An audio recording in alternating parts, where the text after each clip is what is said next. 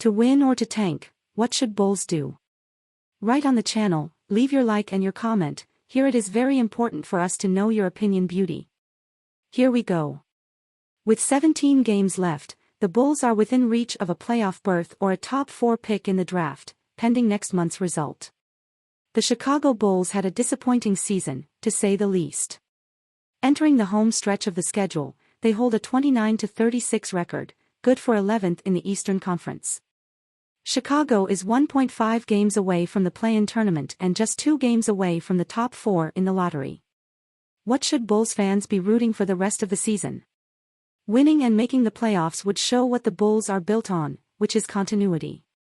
At the beginning of the season, Arturas Karnisovas said that the Bulls would be successful, as they entered the campaign with practically the same roster, which had a year of experience together. He added that the team would make the playoffs. After the Bulls met their trade deadline, Karnisovas and head coach Billy Donovan reiterated that the team will make the playoffs. Now, with 17 games left, the only continuity the Bulls have shown is an inability to close out games, hit and pitch 3. Injuries can also be included in this category, as Lonzo Ball and Javonte Green, both key to a playoff run, are sidelined with knee injuries.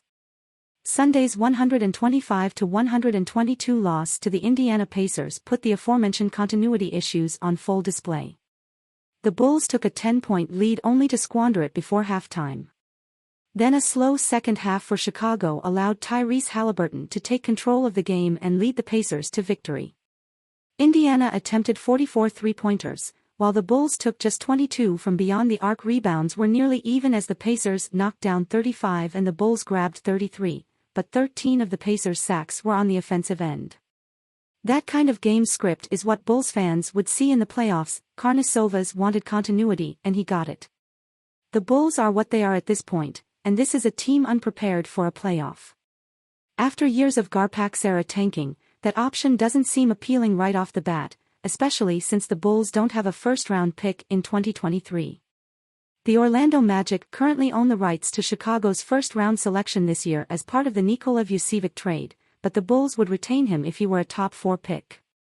Slipping into that break is within our grasp and would likely be the best option for the team's future prospects.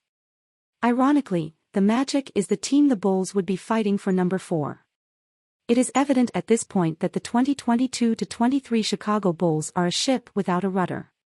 The locker room isn't in a good spot, as Vucevic recently got into a verbal spat with Patrick Beverley and has publicly stated that it's hard to see the Bulls turning around. With leaders like Vucevic and Zach LaVine focused on padding the stat sheet rather than helping the team come together as a unit, a potential new star with a hungry mindset is probably needed. A top 4 pick would provide just that. Alternatively, the Bulls could trade their pick along with some parts for a new core player to retool. A change of direction was needed by the trade deadline, but that ship has already sailed. Moving forward, a season-ending tank job would set the Bulls on a course to help fix their problems rather than hammering the square peg of continuity into a round hole.